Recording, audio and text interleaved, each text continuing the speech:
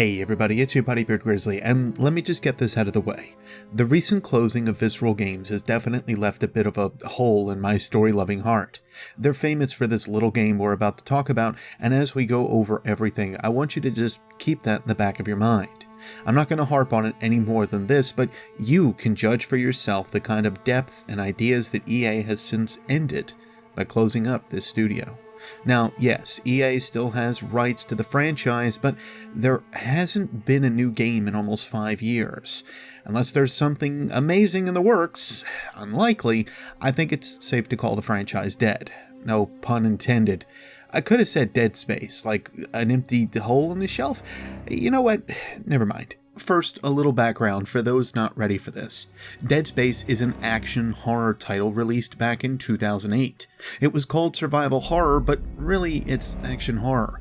Once you get over the fact that it was marketed a bit poorly, you start to see it for what it's worth, with moments of stress, tension, and quiet offset by moments of pure action, and making sure to keep distance between you and the enemy, constantly looking over your shoulder in combat in case someone or something is creeping up on you. That also said, it's a bit bloody and gory, so compared to our usual flair on this channel, expect some extra graphic content. There's been a ton said about what Dead Space is by other people, but that's decidedly not what we do here. Some brief background is needed, but let's just get into what you guys are here for, the story and the lore, or as deeply as we can get.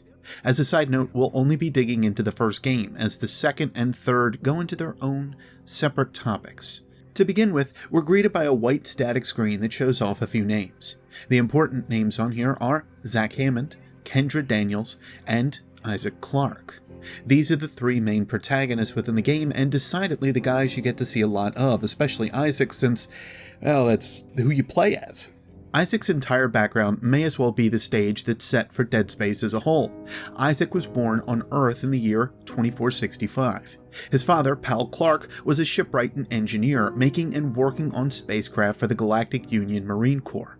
Not much is known of this group, but if it's anything like what it sounds like, Pal may have been a military man with a service record to match. This made seeing his family a bit tough, and only because Isaac was about to be born was he reassigned to Earth for 4 years. After this, he seemingly vanishes, his records and work locked behind classified status thanks to Earth's government. Isaac's mother is then left to raise him on his own after this point. Octavia Clarke, however, was dragged into a deep depression with no answers or feelings of closure from her husband's disappearance. Due to this, she attends many psychiatric sessions, but these lead her to doing charitable work for different organizations, until she settles on the Church of Unitology. Octavia turns over most of what Pal had amassed for the family, for Isaac and herself to live off of in exchange for a vested level status within the church, a highly prestigious rank that ensured many benefits to her as the gifter. You see, the church is a rather nasty organization, but they did give humanity hope when all of it seemed lost. Let's do a bit of backtracking. We're also going to jump around a little bit, but bear with me. You can't talk about the Church of Unitology without talking about Michael Altman and the Marker. Michael Altman was the one most known for finding and describing the Black Marker. This was deemed as the first piece of proof that alien life did in fact exist, and when he started to share his findings within the public sector, he was seen as a danger to Earth's government. They quickly moved to capturing and silencing Altman, killing him and making him a martyr for the church. The details of this can be actually found in the book detailing Altman's rise and fall, or, well, it wasn't really even a rise, but it definitely was used to give birth to Unitology. The book, by the by, is called Dead Space Martyr, and it's generally a book I reread when I need something light or get on a heavy Dead Space kick. But anyway, many started to share the ideas that the government wanted to silence Altman, with many following ideas that the Marker would lead all of humanity to some divine, united grouping ascending this mortal plane, and with his death, meant that he might have been onto something. Now, crazy cults and typical religious ambiguity aside, Unitology led their members down the path of feeling that the everything of life is temporary, so you may as well pay them and purchase a better place in the divine unity. This is gonna offend some people, isn't it? Oh, I'm waiting for the comments already. I could honestly go on about the church, and I'm sure we'll have some other pokings and proddings about them, but the twist within Martyr is actually worth it, so I won't spoil it for anyone that's after a decent read or wanting to get into the series. What I will say is Unitology was used to control an otherwise unruly populace, and this led many to give to the church, giving up their positions of power or offering to use them to further the ideals of the church. You see, this wouldn't be that big of a deal, but the Church of Unitology just so happens to be one of the top 2 organizations in the Earth colonies. It all stems from what the marker is most prevalent and known for, which is the way it allows someone to see loved ones who may have been long dead seemingly communicate with those affected by the marker's signals. This is the whole crux of it. This is how Unitology started to get its name, where eventually every single human being would be linked together in some kind of convergence, a way for every human being to be joined together and live as one being. I mean, all it took was those affected to die first off, and what easier way than for the thought patterns of those hearing the marker signal to be manipulated or coerced by those they love or loved. It also really explains why Octavia found a place to identify within the Church of Unitology, and why she gave over the family fortune to them in order to receive a prestigious title within their ranks. She did this instead of sending Isaac to the engineering school he was accepted into, after all. She was decidedly not the best of mothers. With these hints left by Isaac's logs and the background check done by Hammond before the away mission that we haven't even discussed yet, Isaac seemingly grew up on his own, following in his father's footsteps, trying to put in request after request to find Pal, but hitting mounds of red tape for any idea of his whereabouts. His mother was more interested in being together again with Pal and ensuring a place with Unitology than she was with listening to her son. But Isaac still carried on, finding a place to go to school and joining up with a group called the Merchant Marines. Here, CEC, short for the Concordance Extraction Company, started to notice he had a knack for this kind of thing, moving Isaac to closer shipping lanes, and even working on the USG Ishimura, the largest spacecraft that CEC had in their fleet. Little did Isaac know that he'd be working on it in another way soon enough.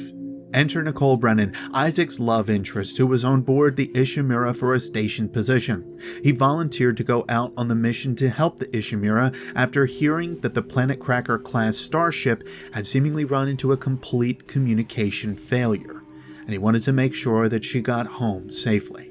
But this leads to more terminology and the discovery of the red marker. The one we covered before was the black marker, which was recovered on Earth by Michael Altman and his team centuries before this. Let's start with the ship before we get too carried away, as its christened name is important to the Dead Space universe. Hideki Ishimura was the creator of the Shockpoint Drive, the system similar to Warp Drive that you see in the initial sequences of Dead Space's opening. There's not a lot to go by with how this system works, but it does showcase that Warp Drive, or something similar to it, could be achieved within Dead Space's universe. Originally, however, larger crafts were not able to be outfitted with Shockpoint drives, and it wasn't until CEC used one on the Ishimura that everything changed. The trouble with Earth as a whole, as I've somewhat alluded to with how Unitology was easily able to instate itself within the populace, was that it had been mined out. All of Earth's resources had been taken from it, and it was a husk of what it used to be. With the planet not able to sustain life on its own anymore, humanity moved to populate outward to the stars, starting on our moon, Luna, and then beyond, making deep space colonies and space stations, one of which we find out around Saturn called Titan Station, or the Sprawl.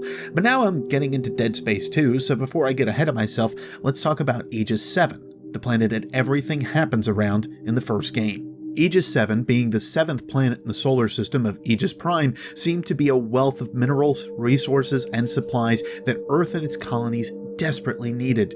I mentioned earlier that giving the USG Ishimura a Shockpoint drive made a huge difference to humanity, and I meant it. This allowed a larger ship to shock in and perform something called a planet crack. This process is pretty labor-intensive, both for the people on the ground and in space. One of the backlog records in Dead Space explains the system nearly down to the letter. It's anywhere from a 2.5 to 5 year process, starting with year 1 being a time to build up a colony on a possible planet for many to live on. After this, prospectors, geologists, and other occupations can move in and examine the world they're on, gathering data and drilling further for what they may be looking for. After about a year, more research and deeper study may be needed, and with more personnel being added to the colony, this adds more mouths to feed and more people on the planet's surface. At about 2.5 to 3 years, a starship like the Ishimura can move in and pop the cork, as they so often call it. The colony has a secondary purpose, constructing points around the planet to mark for tectonic plating.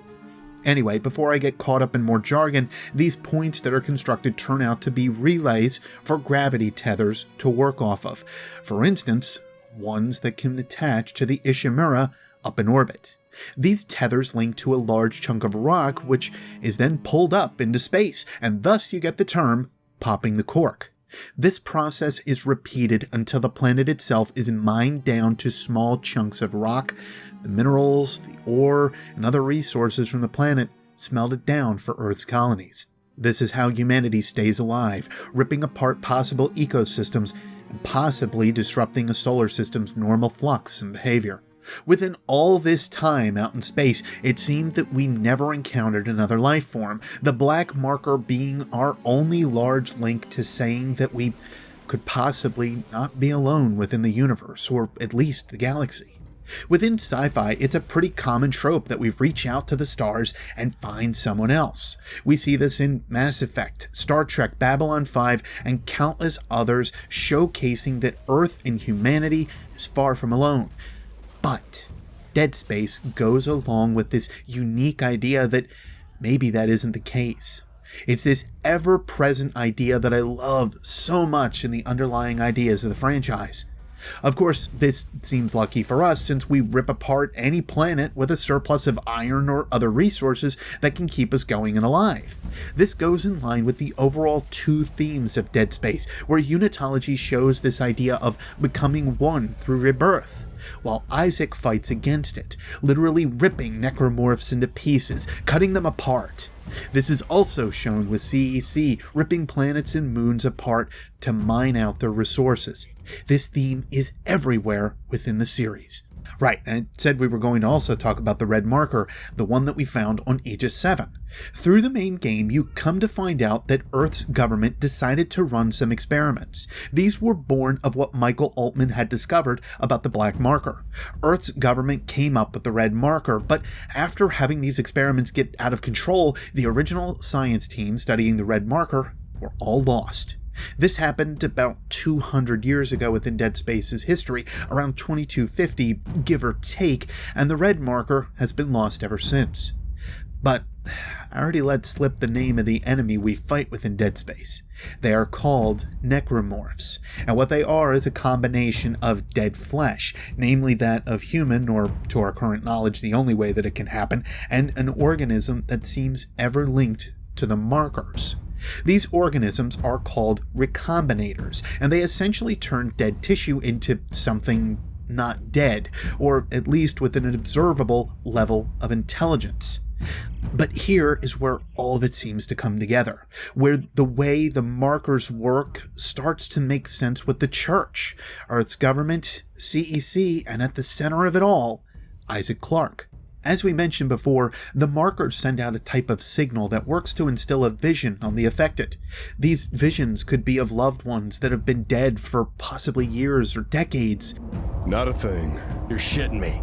Maybe need a better scanner. Alpha, beta, gamma, black band, shock point, you name it. As far as science is concerned, it's just a rock. You could call this stage 1 of the process. Through more backlogs found within the game, we find that the marker works on sound and brain waves, which are seemingly impossible for those that are trying to detect. They feed a signal directly into the mind of those affected by it, and after time, these hallucinations lead to the first part of the process ending, where the affected either kill others or themselves.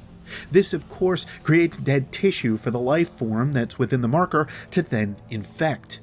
All the while, the affected complain of headaches, trouble sleeping, heavy psychological episodes of paranoia, depression, scrawling on walls, leaving marks and scribblings that are nearly impossible to understand as some type of foreign alien language. The signal affects those down to their core, with very few unaffected by the signal sent out by the marker. As a side note, there's some phrases that seem consistent with those affected by the signal, but one very large and major one is "make us whole."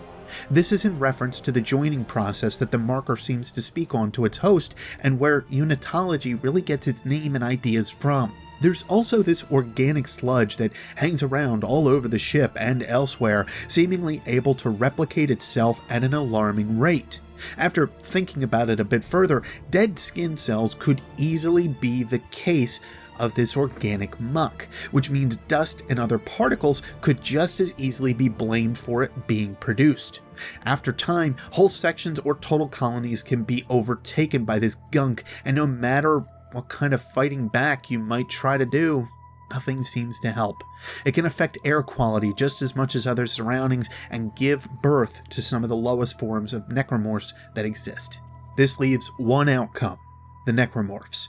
Made of dead tissue, there are some that serve purposes that other normal forms do not, some making air harder to breathe, polluting it, some that take over and spoil food, some that directly inject the recombinant DNA into a dead body, and of course the majority running around killing any in their path for the effects of the injection to spread.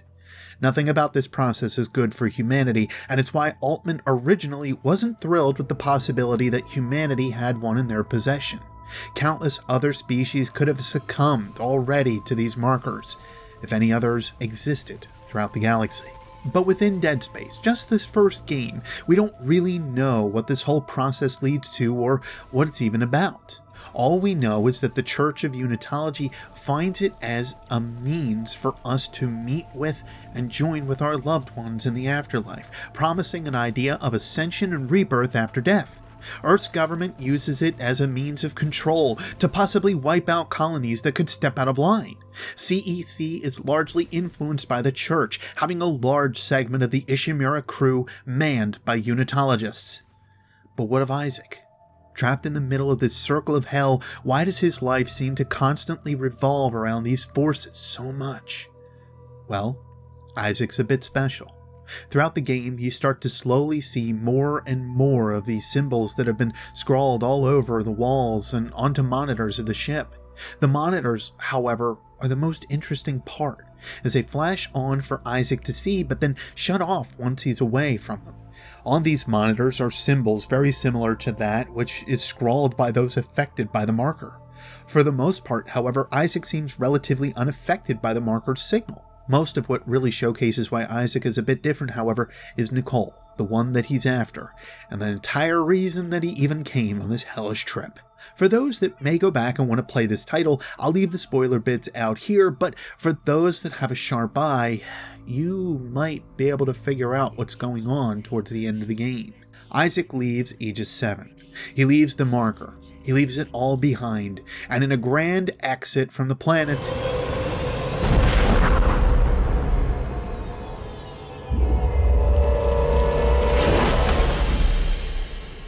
Aegis 7 is no more. Through it all, Isaac kept his mind, for the most part, able to act on what he needed to do, determined to end whatever came his way. His mother made life hard on him by not helping his schooling. His father left at an early age. Decidedly, Octavia and Isaac rarely saw eye to eye, and this could be where Isaac got his first taste of hatred for Unitology. After this incident especially, I could only guess that I would feel the same way. For now, this is where I'll leave things on Dead Space. I covered as much as I could without going too far into the other games in the franchise, but there are some other side-linking media that we barely had a chance to discuss, with the movies, comics, and other games that exist within the franchise. Dead Space was made to be a very big universe, almost akin to that of Halo, with the extra media that was made to go along with the game's release. Really, I could talk about this series on the side forever, but I think it best that, for now, we leave it as a lore one-shot. I sincerely thank you guys for letting me take this step back into a game that I love, and for listening and humoring me throughout my thoughts on the game and the lore behind it. There's a ton more I can talk about, but in the end, this is meant to get the heavy basics of the universe out there for you guys to see why I've been in love with this franchise since day one. As an old sci-fi nerd, I can't help but wonder what else could have been with this series with the right people at the helm. There was love and care taken here within the series, with an obvious want to expand on it further than some of the other titles that have been out there today. As I said earlier on, however, I don't want to make this about a hatred for EA or anything else that they may have done for the franchise recently, or even not so recently. I want this to be a celebration piece of a game that I still go back to and play once a year. As past time playing it through marks playthrough 23 for me. That's just how much I love this game. In either case, you guys know what buttons to click or press if you like this content and want to see more from me. If this is your first foray into my content, I cover Destiny lore quite a bit more typically, but we'll be covering other games once in a while, when time permits. If you're not sure what to say though, you can leave the phrase, "make us whole," in a comment below. Take care of yourselves, everyone, and I'll see you next space.